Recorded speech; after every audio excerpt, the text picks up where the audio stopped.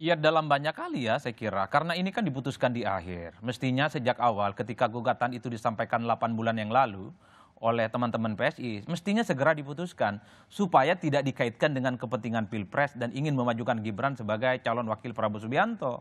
Di mana tidak mau dikaitkan. Kita tahu bahwa PSI ini kan mazhab politiknya Jokowi. Mereka punya ideologi namanya Jokowisme. Merah kata Jokowi, merah pula kata PSI, putih kata Jokowi, putih pula kata PSI. Jadi wajar kalau kemudian ini dikaitkan. Dan teman-teman PSI sebenarnya tanggung bagi saya, ngapain 35 tahun? Betul kata Bang Iqbal itu. Mestinya 18 tahun sudah boleh. Persoalan apakah hak politik itu dipakai atau tidak, itu lain hal. Kenapa ini dikaitkan dengan Mas Gibran? Karena yang punya resource politik, infrastruktur politik untuk bisa maju di 2024, itu hanya Mas Gibran. Yang lain nggak sanggup. Di tempat yang lain 35 tahun itu sibuk cari kerjaan. Aktivis mahasiswa yang 35 tahun itu masih menjadi pengurus besar HMI, pengurus besar PMI, nggak mikir negara ini, karena mereka nggak punya resource. Bahkan pengurus-pengurus KNPI juga di atas 40. Oleh karena itu, kalau saya menangkap dari jauh, pernyataan Bang Iqbal ini sebenarnya itu cukup diamini oleh Bang Iriko. Kalau mau jujur sebenarnya, teman-teman PDIP ini tanduk-tanduknya keluar semua.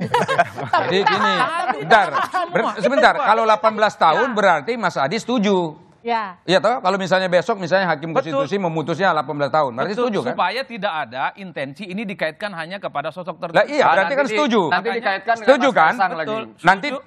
Nanti takutnya gini, diputus misalnya 18 seperti yang diusulkan tadi.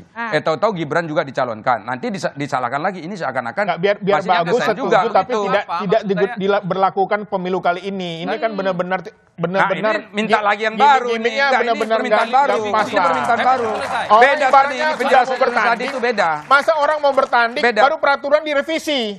Karena ada orang bukan, itu konstitusional nggak melakukan revisi judicial review. Iya, makanya ini kan ibaratnya pertandingan ini sudah mau sudah siap-siap nih. Yang di judicial review itu kan bukan hanya ini. Bukan hanya aturan ini, banyak aturan-aturan lain yang di judicial review. Termasuk kemarin terbuka tertutup sistemnya. Itu kan di judicial review juga.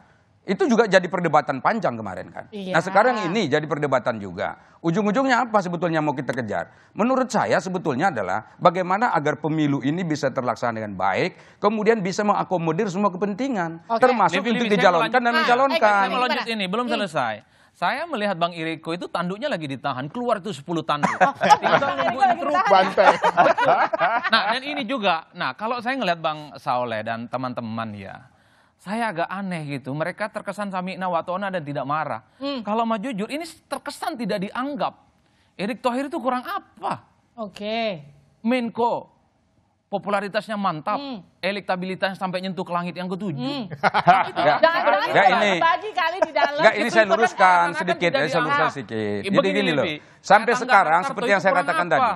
Menko kerjanya mantap, Ketua Umum Partai Golkar, suaranya di saat ini di DPR, itu nomor 2. Yusril itu kurang apa? Profesor, hukum tata negara. Tapi seakan-akan nggak dianggap gitu loh.